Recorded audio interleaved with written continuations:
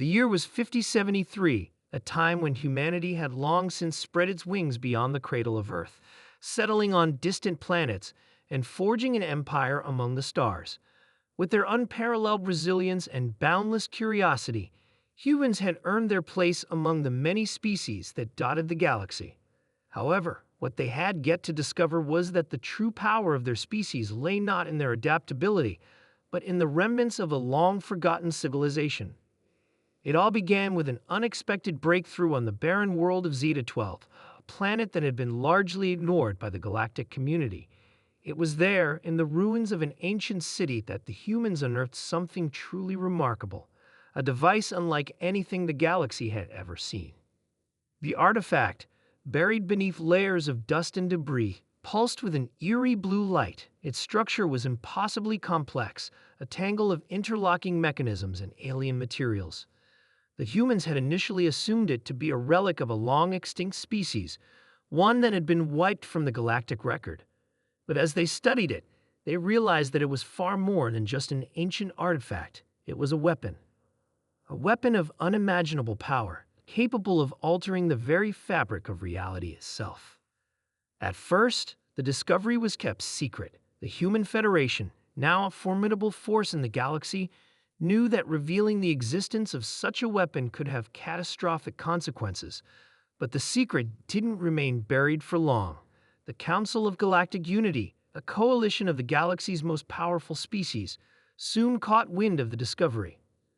The Council, which had ruled the galaxy for millennia, maintained a strict policy of controlling advanced technology. They had banned the use of certain technologies, including weapons of mass destruction and reality-altering devices, fearing that they could destabilize the fragile peace that had been established. The discovery of such a device in human hands was a threat to everything they had built.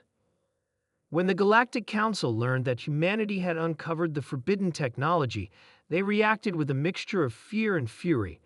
Representatives from every species, from the towering Drakthar to the ethereal Virith, convened in an emergency meeting aboard the Council's flagship, the Emissary of Peace. The once unified leaders were now divided, with some advocating for immediate action to neutralize the humans, while others argued that humanity's potential to wield the technology was too dangerous to ignore. Among the Council's ranks, the Drakthar were the most vocal, a race of hulking reptilian warriors.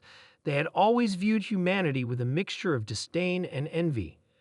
Their history had been one of endless conflict, and they feared that the humans, with their newfound weapon, could bring about the end of their dominance in the galaxy. The Drakthar demanded that the humans be punished for their reckless actions, insisting that the weapon be destroyed and its knowledge erased from human history. The Virith, on the other hand, were more cautious. A race of beings composed entirely of energy.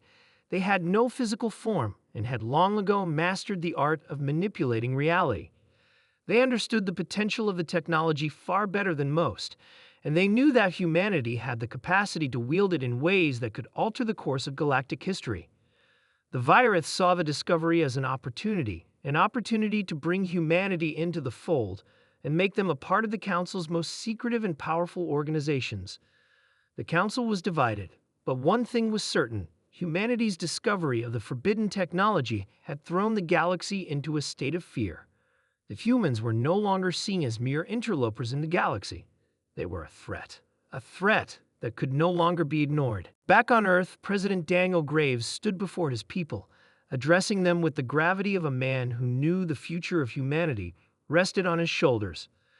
The news of the artifact's discovery had spread like wildfire across the Federation's colonies, and now the entire galaxy was watching.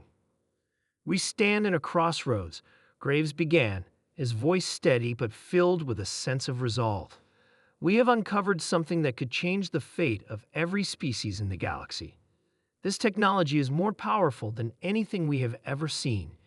It can reshape reality, control time, and even bend the laws of the universe itself." He paused, allowing the weight of his words to sink in. "The question is not whether we should use it, but whether we are ready.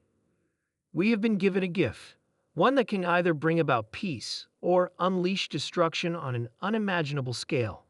As Graves spoke, the Galactic Council was already taking action. The Council's military arm, the Stellar Defense Force, was dispatched to monitor human activities, and a fleet of warships began to move toward the human colonies. They were determined to ensure that humanity would not be allowed to wield the forbidden technology without consequences. But humanity was not intimidated. The Federation had its own military might, bolstered by the discoveries of advanced weapons and technologies in the ruins of long-dead civilizations. As the Council's fleet moved closer, humanity's response was swift and decisive. In a moment that would become legend, the humans activated the forbidden technology. The artifact hummed with energy as its power surged through the Federation's systems, amplifying their weapons, shielding their ships, and bending the laws of space itself. The humans had not only discovered the weapon, they had mastered it. The Galactic Council's fleet was no match for the newly empowered Federation. The once unstoppable warships of the Council were shattered, their systems failing as the very fabric of reality warped around them. The Council's representatives were left stunned and powerless, watching as humanity's power grew beyond their control. For the first time in millennia, the galaxy was forced to reckon with the true potential of humanity. The Council, realizing that they had underestimated the humans for far too long, offered an unprecedented proposal: join the Galactic Council, not as subjects, but as equals. But humanity's leaders, aware of the true cost of power, were hesitant. The Federation had come a long way. They understood that true peace could never be achieved through domination alone. In the end, humanity chose a path of its own, one where they would not be subjugated, but neither would they use the forbidden technology for destruction. The weapon was locked away, its secrets kept only by the human race, who would forever guard it from those who sought to use it for their own gain. The galaxy would never be the same. The discovery of the forbidden technology had changed everything. And as the humans looked to the stars, they knew that their place in the galaxy was no longer defined by their struggles for survival, but by their capacity to change the universe itself.